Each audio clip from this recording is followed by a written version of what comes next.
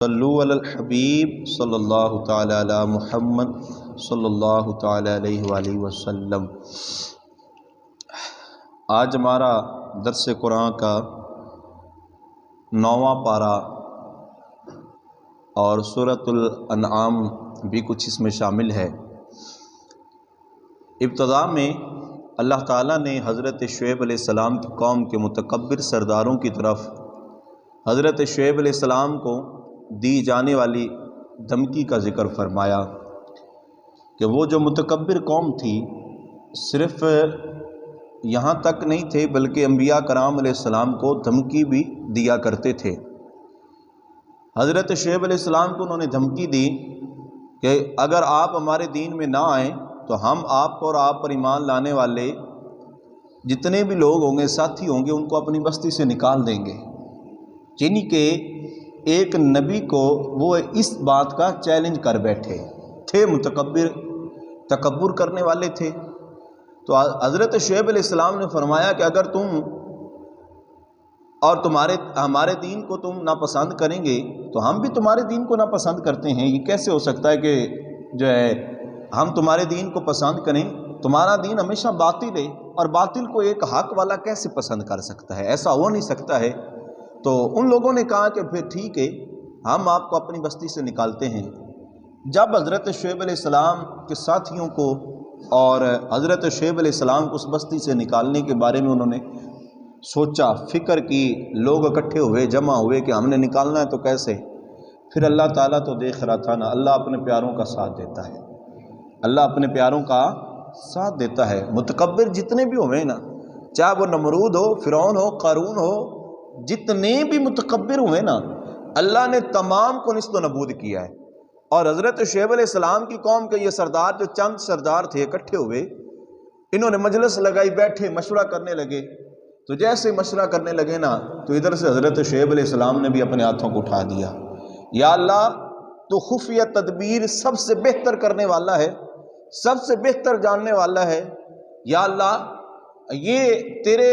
نبی کو اور تیرے نبی کے ساتھیوں کو یہ رسوا کرنا چاہتے ہیں، ان رسوا نہ ہونے دینا۔ تو اللہ تعالیٰ نے حضرت شعیب علیہ السلام کی دعا کو قبول کیا، اور اللہ تعالیٰ نے ان پر زلزلے کا عذاب بھیجا۔ اور جیسے زلزلے کا عذاب اللہ تعالیٰ نے اس قوم پر بھیجا تو فرمایا کہ وہ اپنے گھروں میں اوندے، یعنی منہ کے بل جو ہے نا، الٹے گر گئے، اور وہاں ہی ان کو مردہ قرار دے دی گیا، وہاں ہی وہ ختم ہو گئے۔ تو اللہ تعالیٰ نے ان متکبرین کو اس انداز سے ختم کیا۔ اس بات کو اللہ تعالیٰ نے بیان کیا، اور اس کے بعد حضرت شعیب علیہ السلام سے منہ پھیر جانے والے جو لوگ تھے ان کا ذکر کیا کہ اللہ تعالیٰ نے ان کو نا وقت دیا کہ آ جاؤ، دین حق پر آ جاؤ، لیکن وہ قوم پھر بھی نہ آئی۔ اللہ تعالیٰ نے ان پر بھی عذاب بھیجا اور ان کو بھی برباد کر دیا۔ یہاں پر ایک بڑی کمال کی بات ہے، تمہارے میرے لجپال آقا صلی اللہ تعالیٰ علیہ وآلہ وسلم، اللہ تعالیٰ نے نا ہر نبی کو اختیار دیا ہے کہ دنیا میں وہ جو بھی ایک اللہ سے کوئی خاص دعا کریں گے نا تو اللہ قبول فرمائے گا، اللہ قبول فرمائے گا ہر نبی کو۔ جتنے بھی نبی ہیں نا، ہر نبی کو اللہ نے یہ اختیار دیا ہے، ورنہ اللہ تعالیٰ نے اپنے انبیاء کو بے شمار اختیار دیے ہوئے، ان کی تو کوئی حد ہی نہیں۔ یہ تھوڑا ہے کہ ہاتھ میں آسا وہ سانپ بن جائے، ہاتھ میں آسا وہ جناب والا لائٹ بن جائے، روشنی بن جائے، ہاتھ میں آسا ہو تو وہ کبھی کبھی درخت بھی بن جائے چھاں کرنے کے لیے، تھوڑا اختیار ہے۔ یہ تھوڑا اختیار ہے کہ جس کو وہ پاؤں لگائیں اور کہیں قم بإذن اللہ، اللہ کے حکم سے جو مردہ قبر میں پڑا اس کو کھڑا کر دیتے ہیں، یہ تھوڑا اختیار ہے۔ کیا یہ تھوڑا اختیار ہے کہ ہاتھوں سے پانی کے چشمے جاری ہو جائیں؟ یہ سارے اختیار دیے گے، لیکن ایک خاص اللہ تعالیٰ نے نا اپنے انبیاء پر کرم فرمایا کہ جو کچھ تم مانگو گے نا تم کو دیا جائے گا۔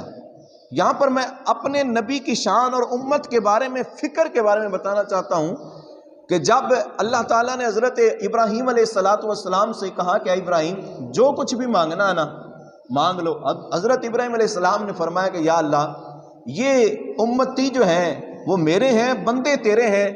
تو بہتر جانتا ہے ان کے ساتھ جو معاملہ کرنا ہے، تو بہتر جانتا ہے ان کو عذاب دینا ہے، عذاب دے، ہم تو کہہ کر تھک گئے، ہماری بات نہیں مان چکے، جو کچھ کرنا ہے نا یا اللہ تیرا معاملہ ہے۔ حضرت نوح علیہ السلام نے بھی یہی جملے بولے، حضرت موسیٰ علیہ السلام نے بھی یہی جملے بولے، یا اللہ تیرے بندے ہیں، ہمارے امتی ہیں،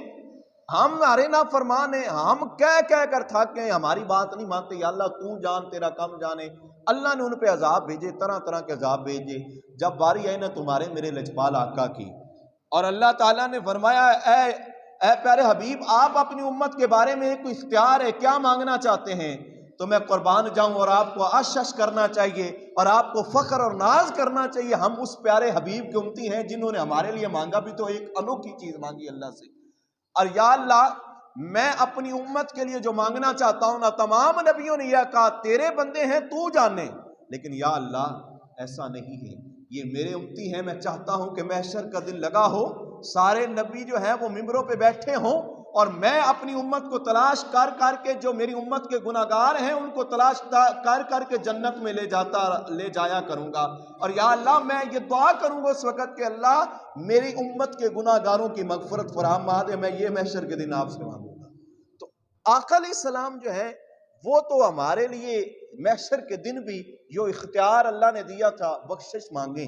فرمایا کہ بخشش کہ محشر کے دن اس دعا کو بچا کر رکھا میرے آقا علیہ السلام نے، ورنہ کون سی وہ دعا ہے جو حضور کی رد کی ہو اللہ نے۔ اجابت کا سیرا عنایت کا جوڑا، میرے اعلیٰ حضرت فرماتے اجابت کا سیرا عنایت کا جوڑا، دلہن بن کے نکلی جب دعائے محمد۔ یہ کیسے ہو سکتا ہے کہ آقا دعا کرے اللہ قبول نہ کرے، لیکن پھر بھی اللہ تعالیٰ نے وہ جو اختیار دیا ہے میرے کریم آقا علیہ السلام نے اس اختیار کو محشر کے دن رکھا ہے کہ میں اپنی امت کی بخشش کے لیے محشر کے دن دعا مانگوں گا۔ تو فرمایا اسی انداز سے حضرت شعیب علیہ السلام نے جو دعا مانگی تھی تو اللہ تعالیٰ نے اس قوم پر عذاب بھیجا، اور اس کے بعد حضرت موسیٰ علیہ السلام کی بعثت کا ذکر، پیدا ہونے کا ذکر ہے، اور حضرت موسیٰ علیہ السلام کو حضرت شعیب علیہ السلام سے ملاقات کا ذکر ہے، اور پھر اسی میں حضرت موسیٰ علیہ السلام کا علم سیکھنا حضرت خضر علیہ السلام سے، اس کا بھی ذکر ہے۔ اب یہاں پر ایک یہ بھی معاملہ جو ہے وہ کلیئر کٹ ہو جاتا ہے جی، دیکھیں جی جو اس دنیا سے چلے جائیں وہ کچھ کر نہیں سکتے ہیں، میں نے قرآن کا فیصلہ ہے بھائی، میرے قرآن کا فیصلہ ہے، اور سنیو تم اپنا عقیدہ اس سے مضبوط کر لینا، اور جو اس عقیدے سے بھٹکے ہوئے قرآن سن کر واپس آ جائیں، فرمایا جو مر جائیں جو چلے جائیں وہ کچھ کر نہیں سکتے ہیں۔ یہ تو قرآن کا فیصلہ ہے کہ حضرت موسیٰ علیہ السلام جو ہے علم سیکھنے کے لیے گئے حضرت خضر علیہ السلام کے پاس، اور اس وقت تو حضرت خضر علیہ السلام کو گزرے بہت زیادہ سال ہو چکے تھے، پھر وہ کہاں علم سیکھنے گئے تھے، تو پتہ چلا اللہ چاہے تو اپنوں سے ایسے بھی کام لے لیتا ہے، ہو اپنے، بات صرف اتنی ہے کہ ہو اپنے، اور جو تمہارے جاتے ہیں ہو سکتا ہے وہ نہ فائدہ دیتے ہوں، لیکن ہمارے جب جاتے ہیں تو ان کی اور رونقیں بڑھ جاتی ہیں، ان کی اور جو ہے اجالے ہو جاتے ہیں۔ تو فرمایا اس بات کا اللہ تعالیٰ نے ذکر فرمایا، اور اس کے بعد اللہ تعالیٰ نے حضرت موسیٰ علیہ السلام کی طرف فرعون کو تبلیغ کا حکم فرمایا کہ تبلیغ کرو نرمی کے ساتھ، تبلیغ کرو نرمی کے ساتھ، فرعون کے پاس بھی جانا ہے، نرمی کے ساتھ تبلیغ کرنی ہے، سختی سے پیش نہیں آنا ہے۔ اس سے یہ بھی پتہ چلتا ہے کہ جب بھی تبلیغ کی بات آئے نا تو نرمی کے ساتھ، مثال کے طور پر ہمیں بھی کہیں جانا پڑے تو اپنے لہجے میں تھوڑا سا نرم لہجہ ہونا چاہیے، اپنے لہجوں میں نا تھوڑی سی گرمائش کے بجائے ٹھنڈک ہونی چاہیے، تاکہ اگلا ہماری بات تو سنے، اگلا ہماری بات کو سمجھے تو صحیح۔ تو فرمایا اس وجہ سے فرمایا کہ حضرت موسیٰ علیہ السلام کو اللہ تعالیٰ نے پیغام دیا کہ فرعون کے پاس جانا ہے تبلیغ کرنے، لیکن نرمی کے ساتھ۔ اس کے بعد اللہ تعالیٰ نے فرعونیوں کو جو عذاب پہنچا تھا، قحط اور پھلوں میں کمی، اس طرح کہ اللہ تعالیٰ نے بہت زیادہ بنی اسرائیل قوم پر سزائیں بھیجی ہیں، تو اللہ سے ہر وقت دعا کرتے رہنا چاہیے کہ رب تعالیٰ جو ہے نا کہیں ہم نافرمان بہت ہیں، یہ بات تو اٹل ہے،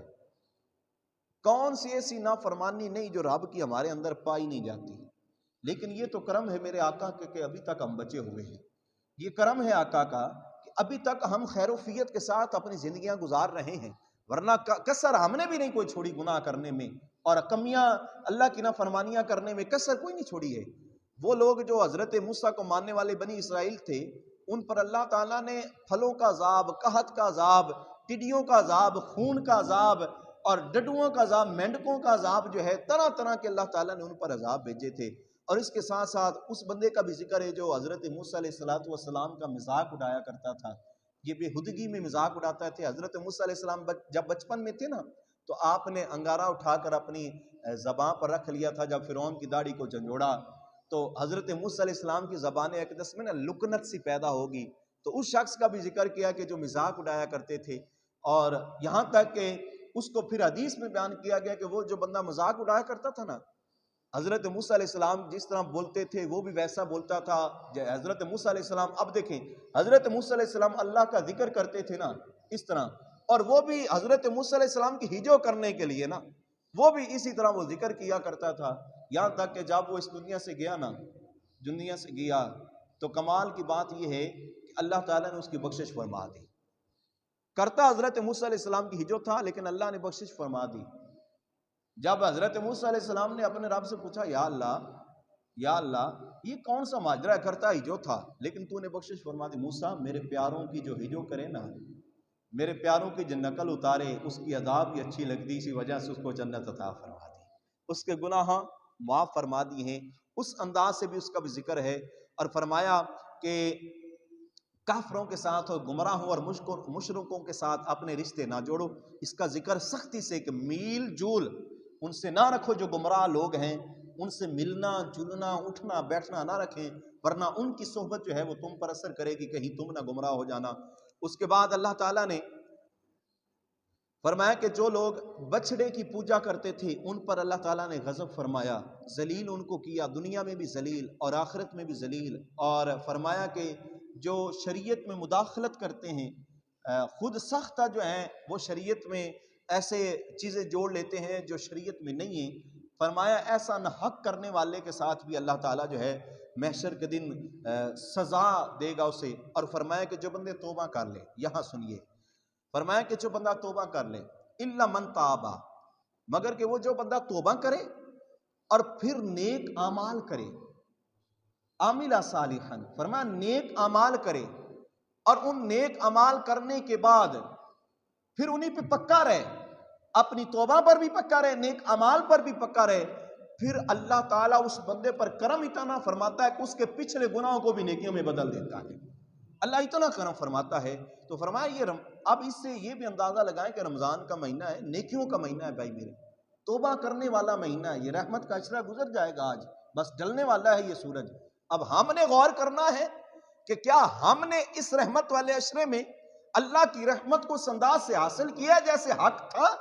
کیا ہم نے اللہ کی رحمت کو اپنی طرف کتنی مرتبہ بلایا ہے؟ کیا ہم نے گناہ کر کے اللہ کی رحمت کو پکارا یا نہیں پکارا؟ کیا ہماری توبہ پکی ہوگی یا نہیں ہوگی؟ کیا ہم وہ نیک اعمال کرنے والے بن گئے یا نہیں بن گئے؟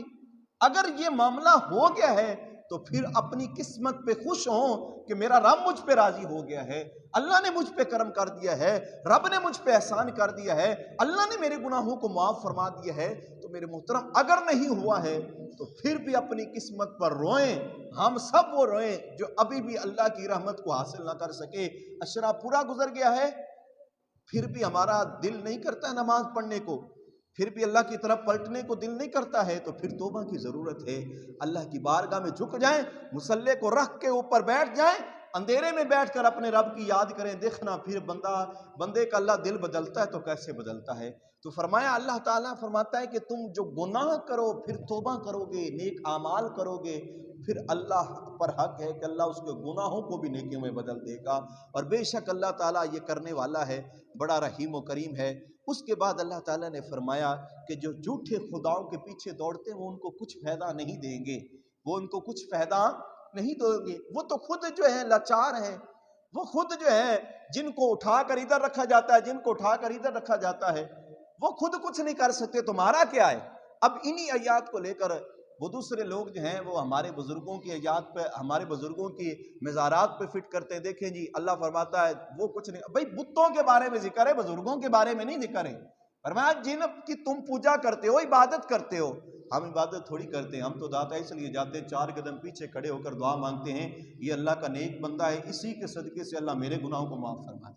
ہم تو اس لیے جاتے ہیں، ہم کون سا جناب والا ان کی عبادت کرنے کے لیے جاتے ہیں یا پوجا کرنے کے لیے جاتے ہیں؟ فرمایا کہ ایسا کرنے والا جو عبادت اور پوجا کرتے ہیں بتوں کی، اللہ فرماتا ہے وہ قیامت والے دن بھی کوئی نہیں کام آئیں گے، دنیا میں بھی ان کے کوئی کام نہیں آئیں گے۔ اور آخر میں اللہ تعالیٰ نے ارشاد فرمایا کہ نیکی کی دعوت جو ہے ہمیشہ متقی لوگ جو ہوتے ہیں یہ پیش پیش ہوتے ہیں نیکی کی دعوت میں. تو فرمایا کہ نیکی کی دعوت کو عام کیا جائے اور برائی سے منع کیا جائے. یہ بڑا ایک جو ہے نا معاملہ ہے. حضرت موسیٰ علیہ السلام نے جب رب سے یہ پوچھا یا اللہ کون سے اعمال جو ہیں، تمام نبیوں نے نا اپنی امت کے لیے اعمال کے بارے میں تو پوچھا، فرمایا عرض کی یا اللہ کون سا ایسا عمل ہے جس پہ تو بے حد خوش ہوتا ہے؟ تو اللہ تعالیٰ نے فرمایا جو نیکی کا حکم دیتا ہے برائی سے منع کرتا ہے میں اس بندے پر بے حد خوش ہوتا ہوں. جو نیکی کا حکم دیتا ہے برائی سے منع کرتا ہے. ہم ذرا غور تو کریں بھائی میرے، ہم کتنے لوگوں کو نیکی کی دعوت کے لیے اپنے گھروں سے نکلتے ہیں. ہم تو خود اپنی اولاد کو بھی سوال لیں تو میں تو کہتا ہوں یہ بڑی آج کے دور میں بہت بڑی نیکی ہوگی. ہم اپنے آس پاس رہنے والے پڑوس گھر میں رہنے والے جو ہیں آس پاس رہنے والے ان کو ہی نمازی بنا دیں، ان کے دل میں خدا کا خوف رکھ دیں، ان کے دلوں میں عشق مصطفیٰ اجاگر کر دیں تو ہمارے لیے سب سے بڑی نیکی ہوگی. ہو سکتا ہے یہی ہماری بخشش کا ذریعہ بن جائے. ہمیں تو بہانہ چاہیے نا بخشش کے لیے. بہانہ تو کوئی بھی بہانہ ہو سکتا ہے. تو فرمایا اللہ تعالیٰ نے کہ نیکی کی جو دعوت دینے والے ہیں اللہ ان کو بے حد پسند کرتا ہے. ہمیں بھی چاہیے کہ ہم نیکی کی دعوت دینے والوں، اگر نیکی کی دعوت دے نہیں سکتے تو دینے والوں کو تو نہ روکیں. نیکی کی دعوت دے نہیں سکتے، یہ بھی جملہ یاد رکھ لیں. اگر نیکی کی دعوت ہم دے نہیں سکتے ہیں تو دینے والوں کو تو نہ روکیں. دینے والوں کے جو رستے جو ہیں ان میں رکاوٹیں کیوں ڈالتے ہیں؟ پھر جو دینے والے ہوتے ہیں ان کو بڑا سادہ سا سونا سا جملہ بول دیا جاتا ہے، یہاں پر ہمارے مال میں یہ چلتا نہیں ہے، یہ بازاروں میں گھومنا اور یہاں پر آ کر ٹھہرنا اور کوئی آئے اور یہاں تبلیغ کرے، یہ ہمارے مال میں چلتا نہیں. یہاں بڑے جھگڑے ہو جاتے ہیں صاحب، یہاں نہ باتیں یہ ایسی کیا کرو. بھائی میرے اللہ فرماتا ہے اللہ اسے پسند کرتا ہے، بے حد پسند کرتا ہے. کیا وہ رب تعالیٰ کے پسندیدہ بندے ہم یا وہ نہ بن جائیں کہ جن کو اللہ اپنا مقرب ترین، قریب ترین اور محبوب ترین بندہ بنانا چاہتا ہے؟ اگر بننا چاہتے ہو تو پھر نیکی کی دعوت کو عام کرو اور برائی سے روکنے والے بن جاؤ. جب یہ کام کر لو گے تو پھر دیکھنا ہمارے دلوں میں نا اللہ کی تجلیات، جو نور کی تجلیات ہے وہ کیسے آتی ہیں. پھر ہمارا